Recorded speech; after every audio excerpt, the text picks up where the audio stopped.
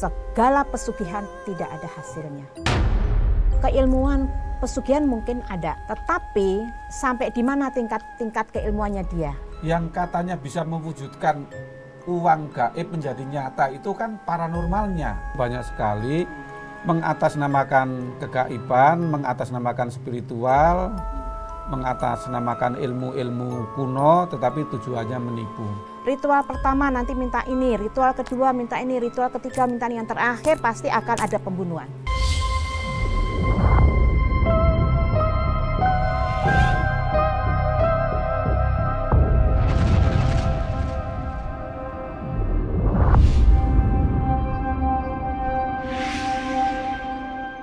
Hai penikmat ganjil, kembali kita jumpa di studio ganjil dan kita akan tetap setia membahas keganjilan-keganjilan yang ada di kehidupan kita sehari-hari. Dan kali ini banyak tentang fenomena pesugihan yang terjadi di masyarakat dan kita akan mencoba membedah apakah pesugihan itu benar atau tidak, real atau hoax.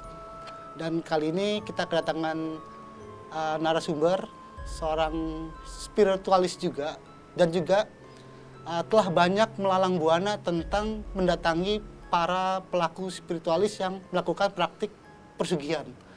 Dan kebetulan di samping saya sudah ada Kiradu dan Bunda Retno. Selamat malam. Oke, Bunda, Ki, fenomena banyak masyarakat ini sekarang kan tentang praktik persugihan. Sebenarnya persugihan itu ada atau tidak? Kita secara tegas untuk menjawab. Pesugihan dari kata-kata sugih. Jadi setiap orang itu ingin sugih, ingin kaya. Itu real ada dari keinginan setiap manusia. Namun di dalam prakteknya untuk mendapatkan pesugihan yang melalui kegaiban itu pasti minta tolong orang lain. Nah, saat minta tolong orang lain inilah yang sering terjadi penyimpangan-penyimpangan yang dilakukan oleh orang yang diminta tolong atau orang yang mengaku sebagai sumber yang bisa melakukan, membantu untuk mendapatkan pesugihan, bahkan menjanjikan dengan berbagai syarat. Kalau kamu bisa memenuhi syarat ini, nanti kamu akan mendapatkan ini. Dan nyatanya setelah dikejar, setelah syarat dipenuhi dengan jadwal yang sudah ditentukan, hasilnya adalah nol, zong. Mereka membuat alibi lagi, membuat janji lagi, mengeluarkan duit lagi, kita mengeluarkan duit lagi, janji lagi, akhirnya kesimpulannya tidak tercapai. Artinya yang mencari pesugihan melalui bantuan orang lain tadi akhirnya tidak tercapai. Tetapi bagi orang yang mengatakan tadi bisa membantu, dia tercapai karena berhasil mendapatkan uang dari orang tersebut. Dan Bunda katanya kabarnya juga sudah berkunjung ke semua pelaku persugihan. Itu pengalamannya Bunda itu seperti apa tuh? Banyak sekali. Sebelum Bunda ngikut semuanya itu, jadi awal muasalnya yaitu tadi saya kan ke Pelabuhan Ratu gitu kan. Yang mempraktekkan ya Bunda sendiri bertiga, saya dengan paranormal bertiga ini. Kita nyamar lah gitu. Nah, kepengen melihat sosok Kanjeng Ratu Kidul. Gitu kan? Saya bertiga nih. Saya jadi masternya. Siapa yang jadi masternya? Masternya adalah nanti yang bertugas terima uang gitu kan. Ya udah kamu aja gitu. Nah, yang dua ini jejer nih cewek. Kalau yang laki di atas. Bawa mobil dia matikan semua. Ini real. Nah, biasanya kalau saya ke Pelabuhan Ratu kan nginepnya di hotel. Nah, saya curiganya saya tawarin, Pak Kiai, saya bukakan hotel ya. Yang namanya mau ketemu Kanjeng Ratu Kidul kan harus bersih, Mas. Ya kan?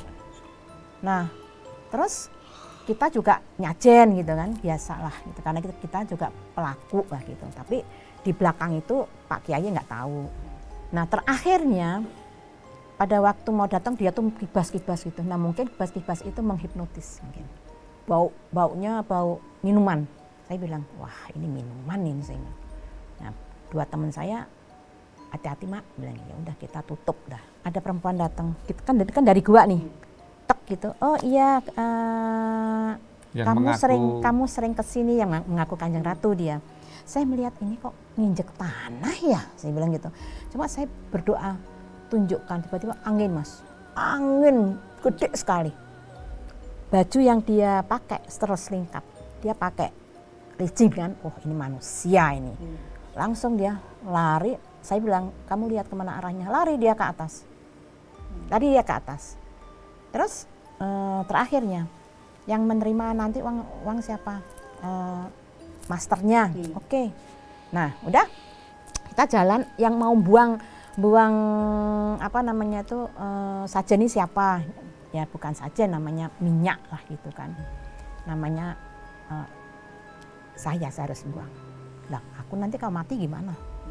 Saya bilang nggak bisa, saya bilang Pak Kiai, kita kan udah janji bertiga yang akan membuang. 1 peluru begini mas. Karena pengen tahu bener nggak sih Kanjeng Ratu Kidul bisa menampakkan diri. Kalau udah menampakkan diri, kita minta uang tanpa syarat, kan itu. Nah, terus terakhirnya bertiga nih, Pak Kiai kita bertiga maju. Nah kalau kita nanti bertiga dijongkrok ke laut kan habis gitu kan. Kayak saya orang Jawa jadi bahasa campur ya mas ya. Nah, saya bilang sama Pak Kiai, Pak saya takut, tak gandeng itu mas dukun nih. Kiai saya gandeng, yang baunya minuman itu. 1, 2, 3 saya buang, biar di laut. Udah. Akhirnya kebongkar kalau kita paranormal. Nah ini melengkapi cerita saya di awal tadi, yang saya menyebutkan saya karena ada orang yang mengaku dia itu sebagai ustadz, sebagai kiai, sebagai haji, rumahnya bagus mengaku banget. Kalau bisa mendatangkan Kanjeng Ratu Kidul. Makanya saya tergelitik, loh selama saya menekuni spiritual itu walaupun ada yang hadir, tapi tidak berwujud fisik. Tapi kok ini orang bisa mewujudkan secara fisik. Mengklaim bisa mendatangkan secara real. Fisik, secara real. Secara makanya fisik. Dengan dasar pemikiran di atas langit ada langit, ya saya tanggap. Walaupun saya waktu itu sudah berkesimpulan, ini nanti bakalan bohong. Tapi untuk membuktikan itu ya kita tanggap aja. Nah, pada waktu masuk itu masih contohnya, masuk ya, ingat saya. Itu kiri kanan sudah ada orang-orang mereka. Tim-timnya. Tim-timnya itu. Kalau yang di atas ini tidak nurut, matilah kita bertiga. Karena di atas itu kan nyalain lampu nggak boleh gitu kan. Matikan semuanya, mundur gitu. Udah, mereka mundur, kita bertiga. Nah, nurut. Kita waktu itu saya sudah mengeluarkan uang, tapi kan yang lainnya yang tidak berkepentingan tidak boleh turun.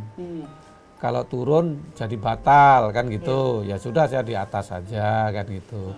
Nah itu tadi cerita yang di... Itu saya banyak dengar tuh. Ada para spiritual juga yang ke sana tuh, ke bukit-bukit itu, ke atas-atas itu. Jadi itu kalau di Pelabuhan Ratu itu, sebelum di sana itu kan ada Wisma Tenjo. Ada sebuah hotel yang menjorok ke laut itu. Nah antara Bayu Amarta sama Gedung Tenjo itu ada sebuah apa ya, teluk cekungan, karena itu jurang kan tinggi kan, itu disitulah di sini ada karang-karang, bukit karang di bawah itu, dan situlah yang tempat dimanfaatkan oleh para orang-orang yang mengaku spiritual, memanipulasi dirinya sebagai orang pintar tapi ujung-ujungnya penipuan. Disitulah biasanya orang-orang di situ. Kita sudah pakai baju bagus mas, karena mau menghadap Kanjeng Ratu kan.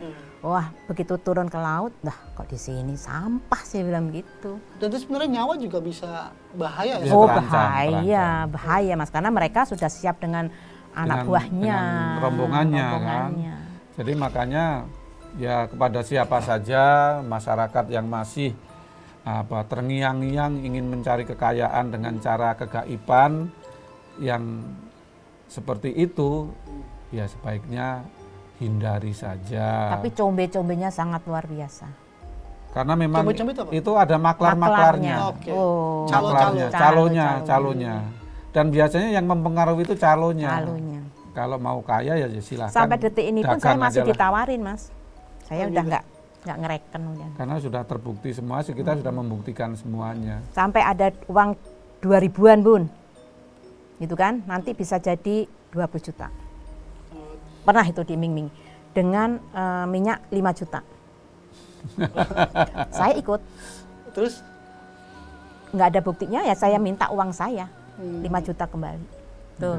Itu kalau pernah juga ada yang pas Bunda udah nyerahin duit terus nggak dikasih lagi, nggak dikembalikan? Oh, saya kejar, saya kejar.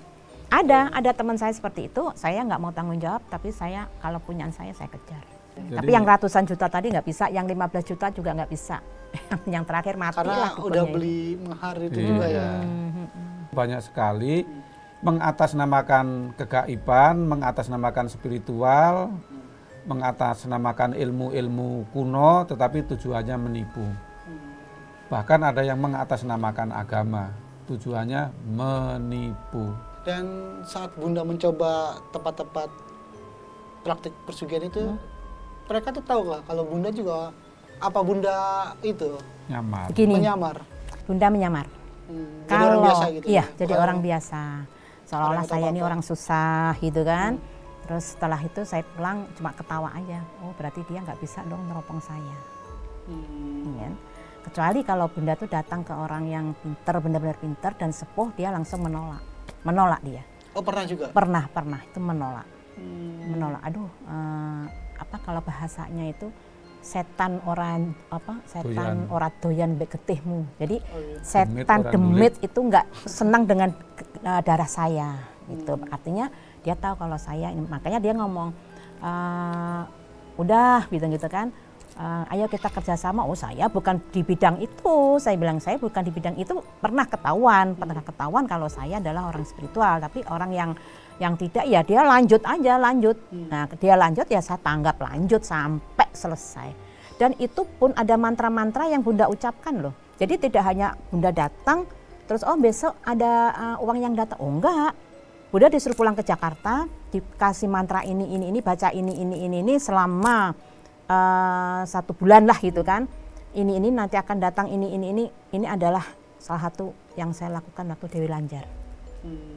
Jadi itulah cara-cara seperti itu bakar kemenyan, bakar apapun ada baca-bacaan. Untuk meningkatkan sugesti tadi itu, pasien diarahkan untuk ke arah-arah bagaimana supaya sugestinya itu tercipta, angan-angannya tercipta, sehingga terus ngejar terus.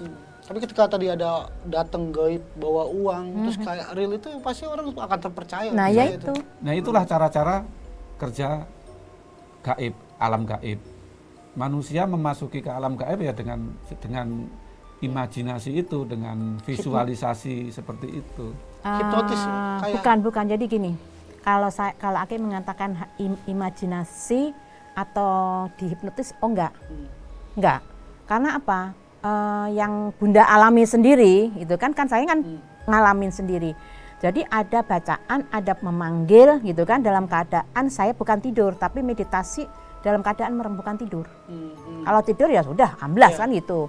Ini dalam keadaan saya masih bisa ngontrol, tapi memang nggak boleh tidur gitu kan. Nah, dalam keadaan mantra yang saya ucapkan itu gitu kan, yang saya hafalkan itu, mereka datang.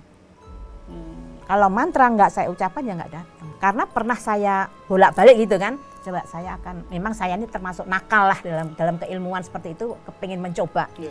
Kalau saya panggil beliau datang, tapi kalau nggak saya panggil nggak datang. Di situ.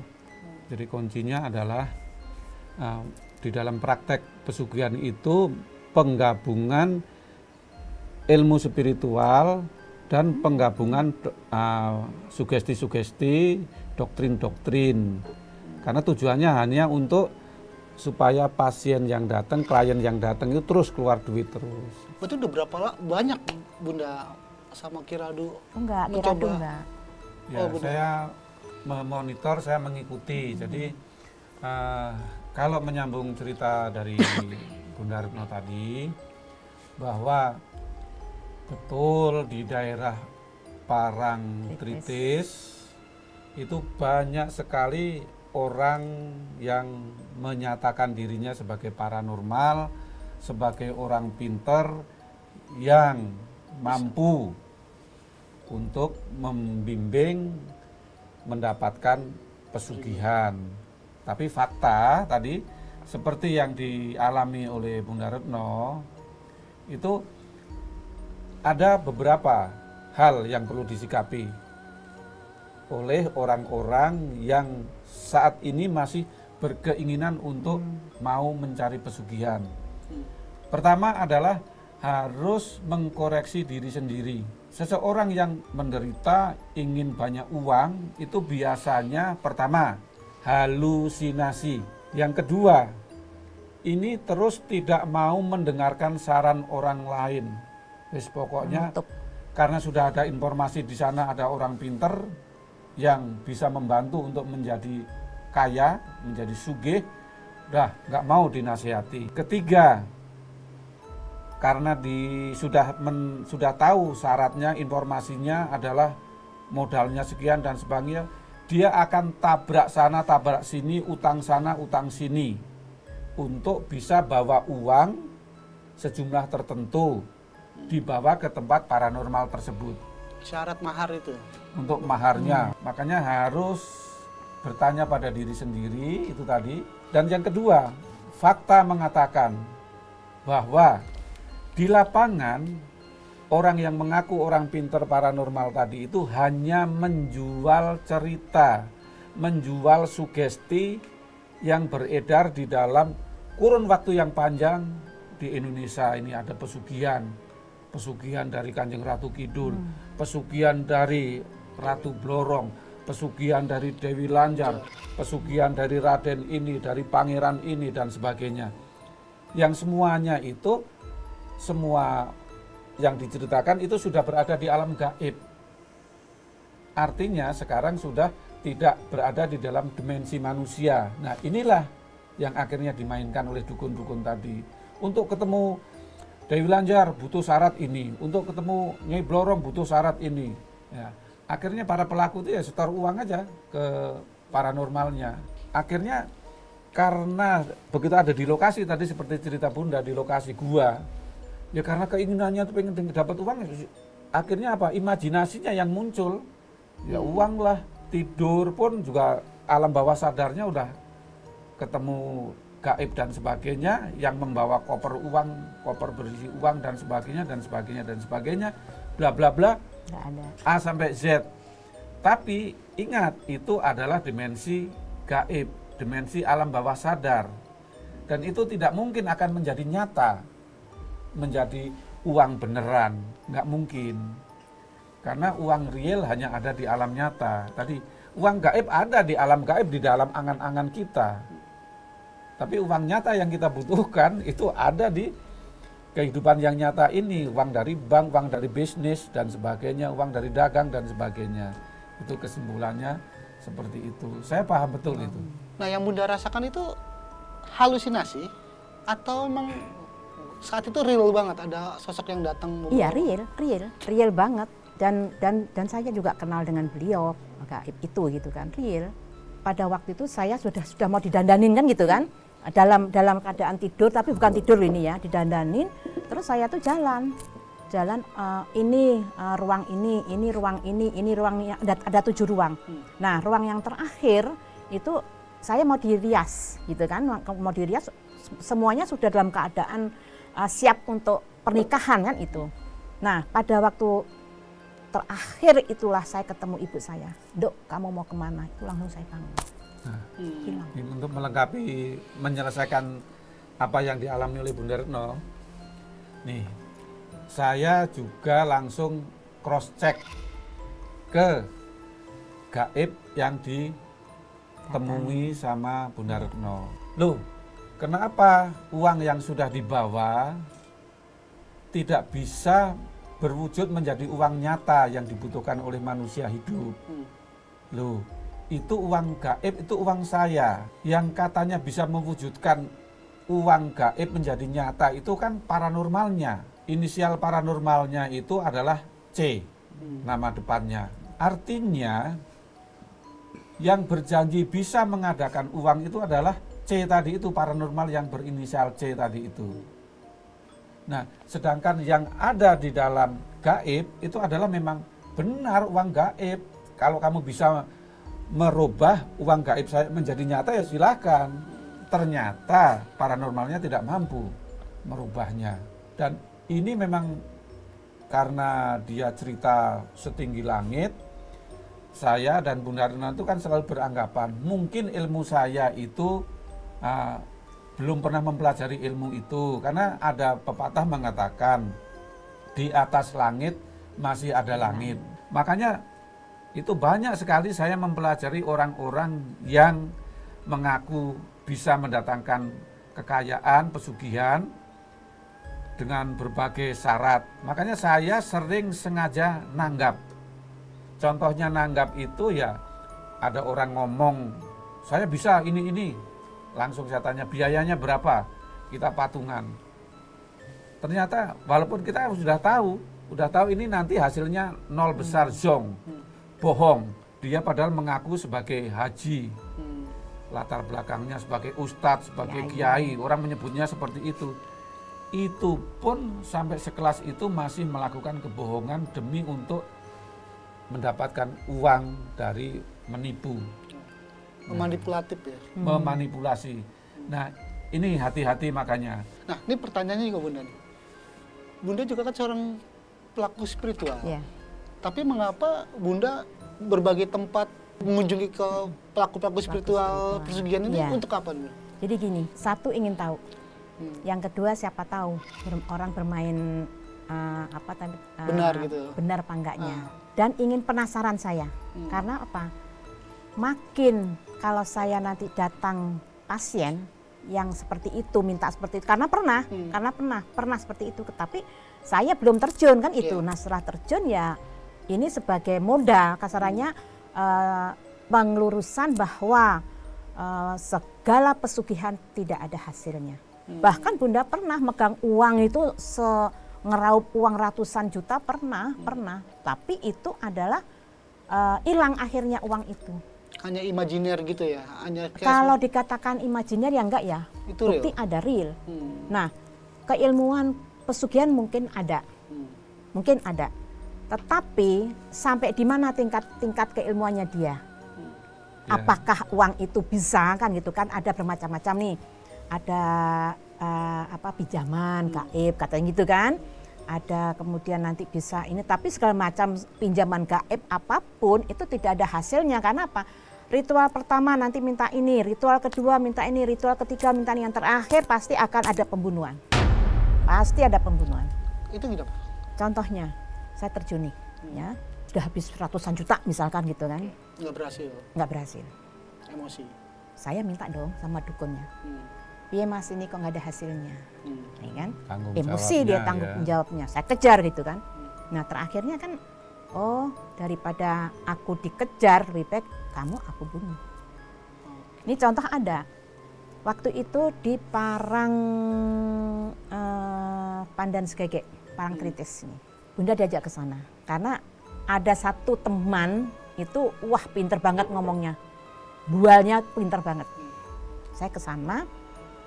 Saya masuk di hutan, itu jam 11 malam. Terus saya masuk itu hutan, tapi saya lihat kiri kanan itu memang ada rumah-rumah kecil. Kalau mau mati ya bisa mati di situ. Nah, ini katanya jual musuh kan gitu. Aku punya musuh itu. Pengen tahu kan itu. Katanya pesugihan kan macam-macam. Ada sistem rokok, jual musuh, saya jual musuh, saya punya musuh. Terus dia bilang nanti ada raksasa datang Bun. Nanti ini, saya dibakarin dupa, segebok semuanya, kembang dan sebagainya. Terus di sini sajen gitu kan, ya memang uang saya semua di situ. Pengen tahu saya. Mereka di bawah, saya di atas. Hutan loh ini, hutan Pandan Segege namanya.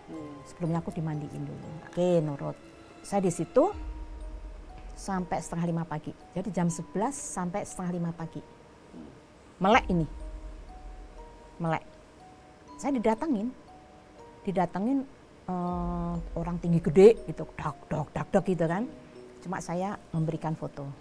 Ini kan sebagai kepengennya kan gitu.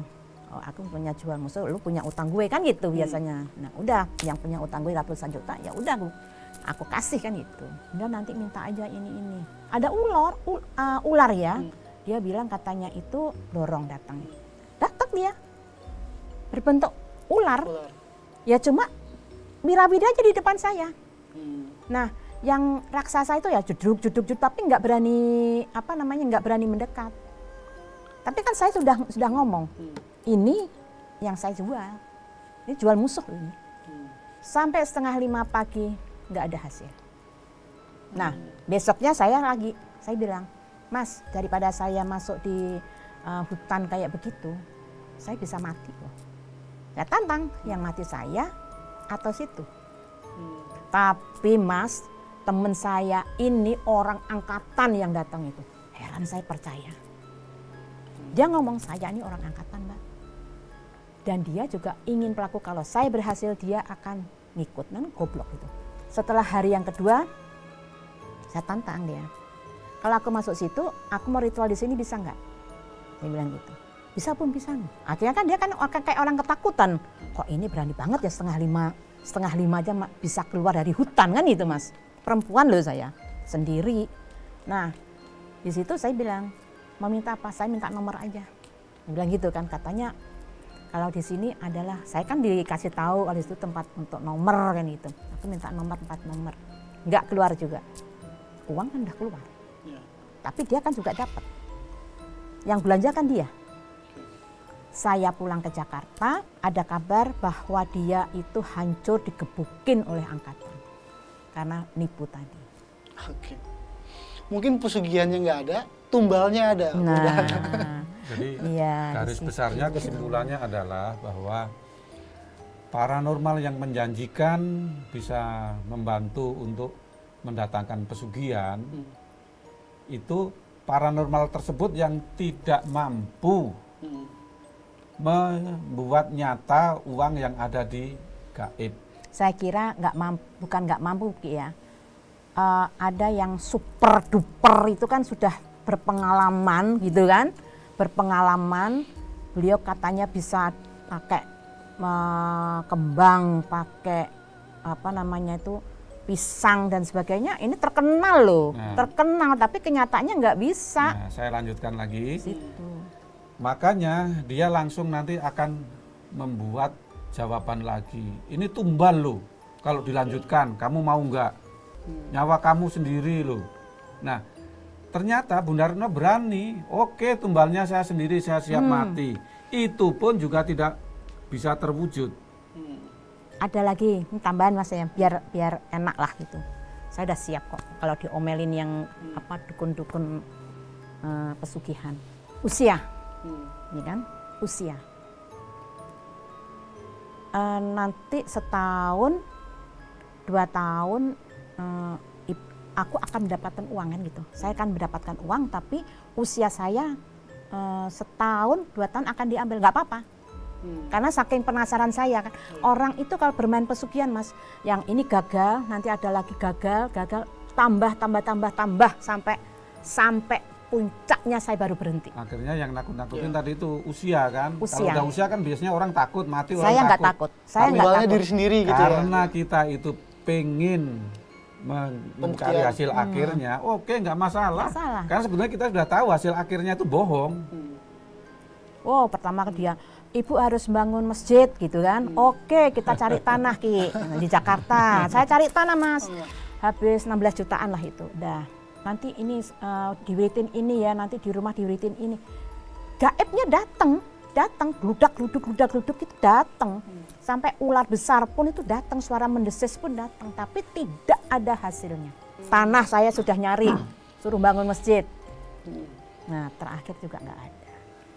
Jadi makanya kepada masyarakat yang masih punya keinginan untuk kaya dengan cara-cara datang ke paranormal, ya paranormal tapi yang khusus pesugihan, jangan salah.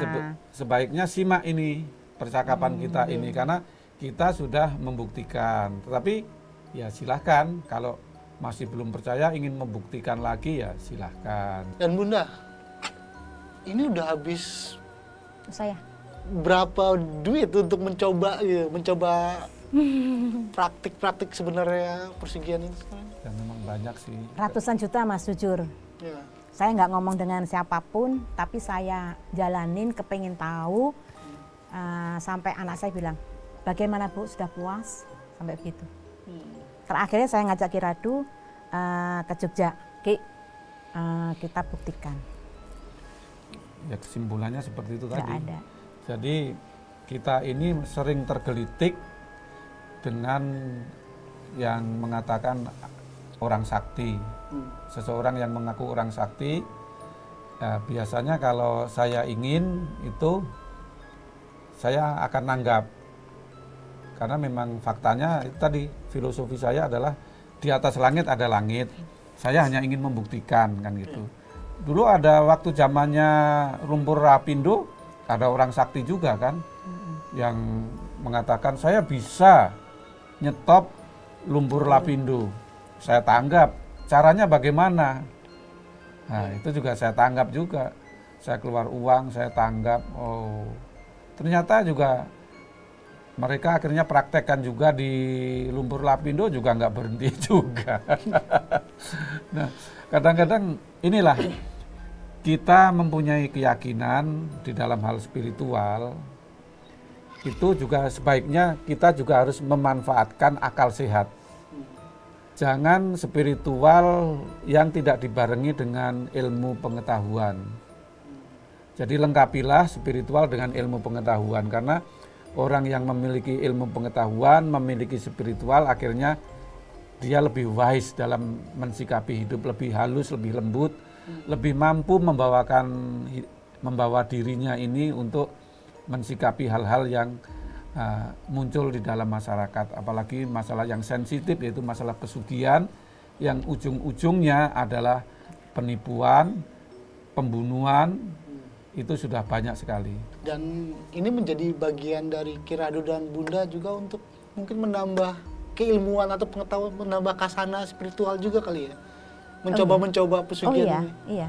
Karena hanya ingin membuktikan. Pembuktian, karena ingin pembuktian. Jadi ilmu ini benar nggak sih kan gitu. Tapi masih termasuk pesugihan, semuanya masih termasuk pesugihan.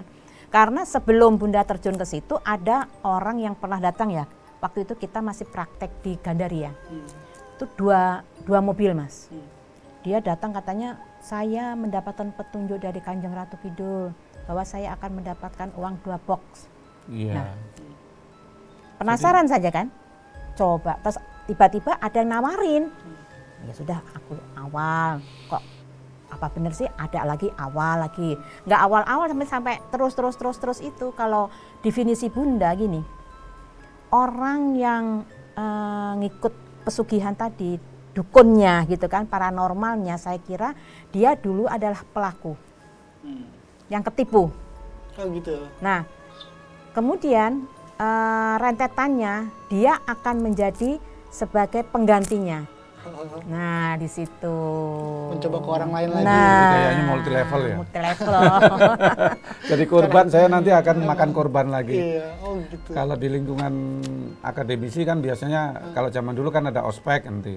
Saya waktu di ospek saya digalaki, nanti begitu saya ngospek saya akan galak turun lagi. temurun. Kenapa saya bilang begitu? Karena saya pernah ngorek istrinya. Istrinya. Mbak, kamu istri keberapa? Aku istri kedua, Bu. Benar nggak sih kayak begini? Pernah nggak?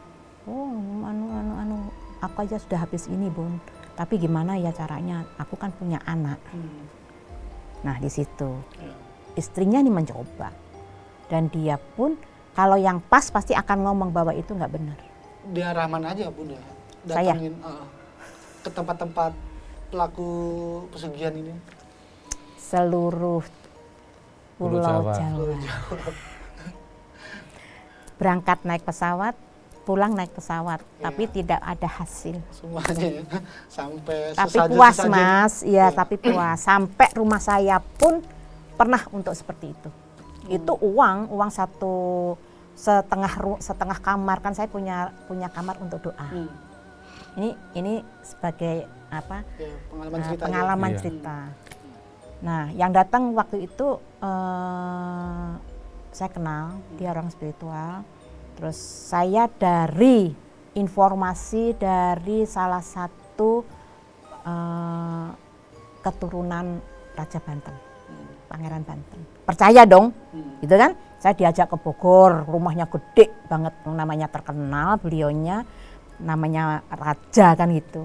pangeran apa raja lah. Nah yang bawa saya juga orang masih orang angkatan. Malam saya datang, akhirnya ketemulah.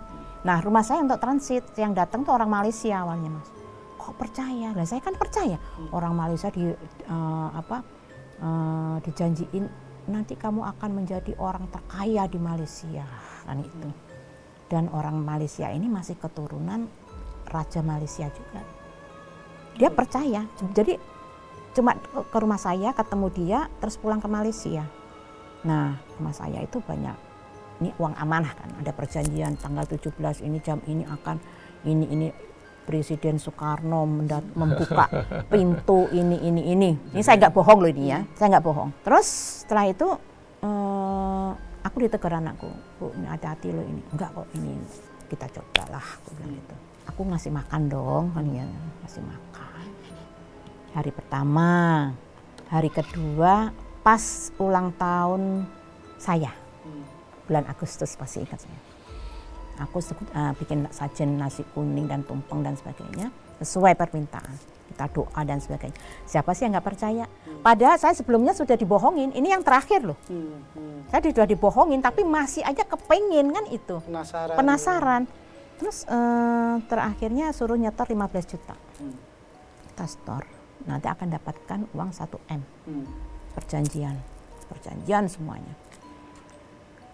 Pada waktu hari pertama dengan sajen tadi, saya disuruh masuk ke ruang kamar doa saya. Itu Mas, uang itu setengah kamar, merah semuanya. Kelihatan benar? Bukan kelihatan Mas, saya pegang, Bunda pegang. Aku begini kan uang, sampai ke bawah Bun, uang bener. Gimana nggak percaya kan itu? Nah, aku keluar. Terus orang-orang pun pegang nggak? Ada pegang uang.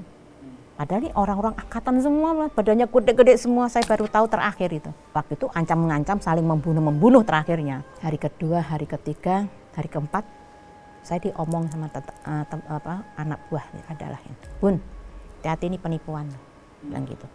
Udah jangan dulu, biarin aja selesaiin dulu. Saya bisa membuktikan Bun, karena orang ini dalam pencarian DPO dan oleh jenderal ketipu juga.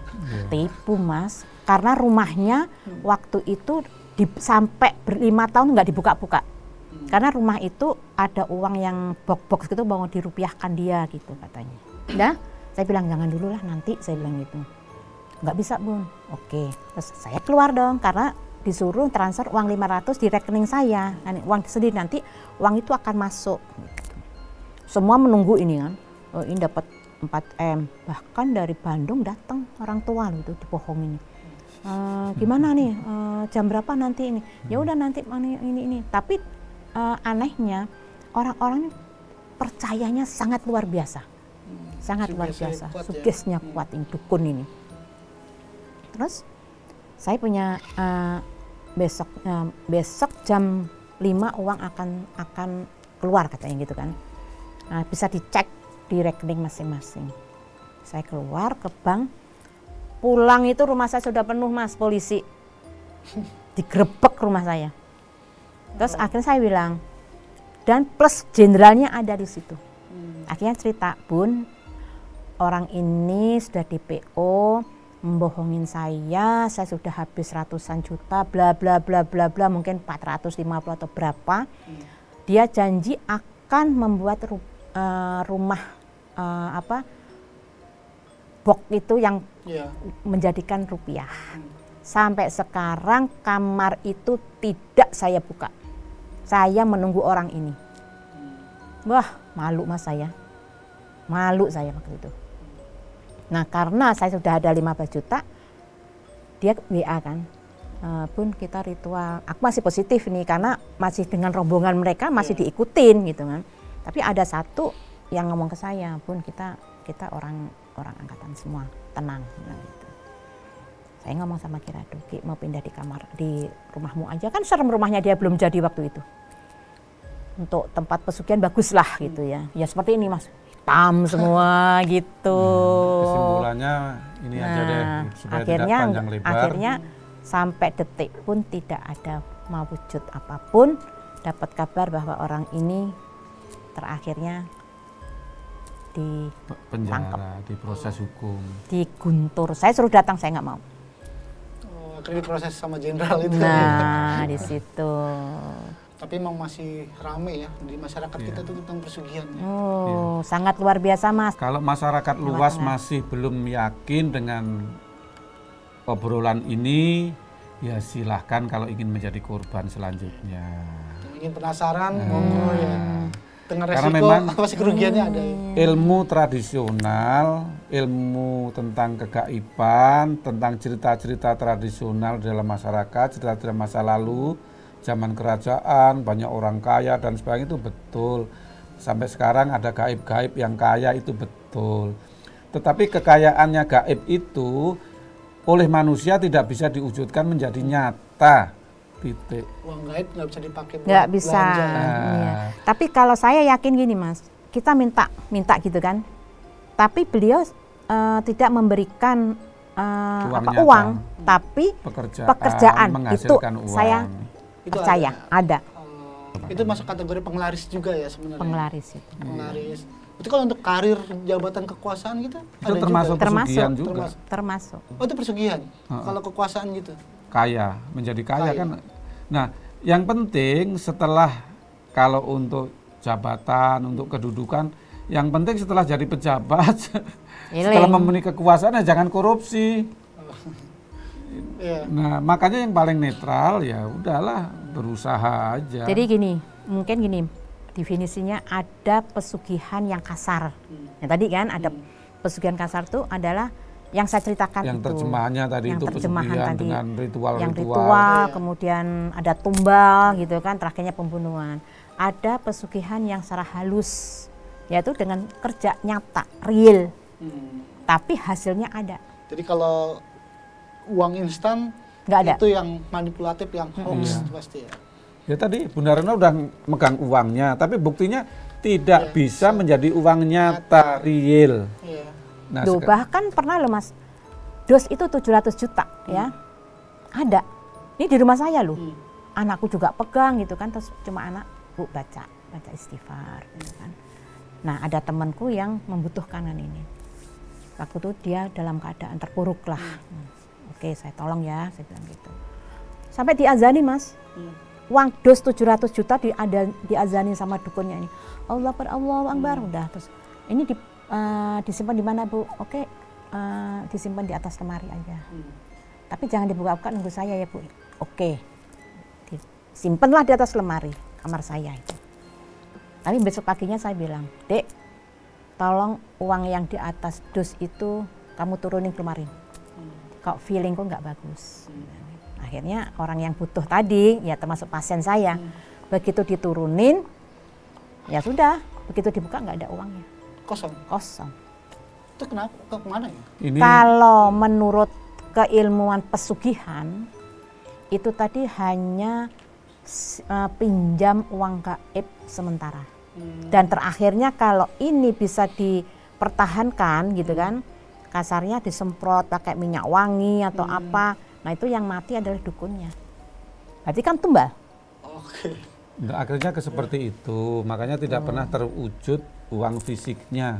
Bahkan tadi di dalam kesimpulannya, seorang yang berpangkat pun ternyata tidak memiliki pengetahuan yang luas, tertipu oleh yang pesugihan tadi, sampai di dalam kamarnya katanya udah diisi uang, sampai nggak dibuka-buka, karena kalau nanti dibuka ini kan nanti hangus uangnya katanya kan gitu. Akhirnya menunggu dukunnya, ini dukunnya nggak datang, akhirnya ketangkep tadi itu. Di rumah.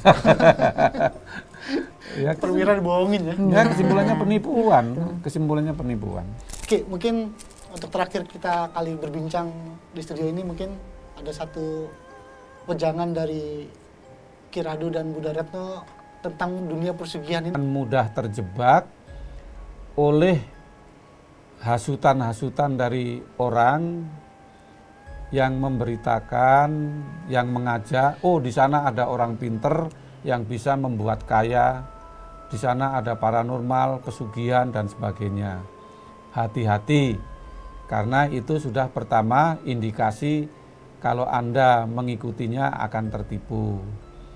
Tolong bedakan antara keilmuan yang merambah ke kegaiban dengan keilmuan yang alam nyata.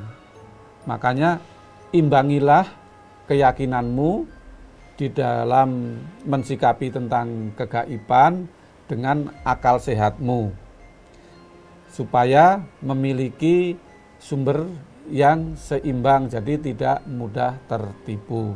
Kira-kira itu yang bisa saya sampaikan. Ada tambahan Bu Darto? Sedikit. Yang penting untuk segala bentuk pesugihan, segala apapun, entah rokok, entah apa, pisang, apa kembang, itu semuanya adalah tidak ada. Apapun, misalkan minta ke Kanjeng Ratu dan sebagainya, tidak ada. Yang penting adalah kekuatan iman kita. Oke, nah pemirsa Ganjil, mungkin itu akhir dari perbincangan kita tentang membongkar sebenarnya apakah persugihan itu real atau hoax. Mungkin akhir kata dari perbincangan ini, kami tim Ganjil mengucapkan terima kasih. Terima kasih.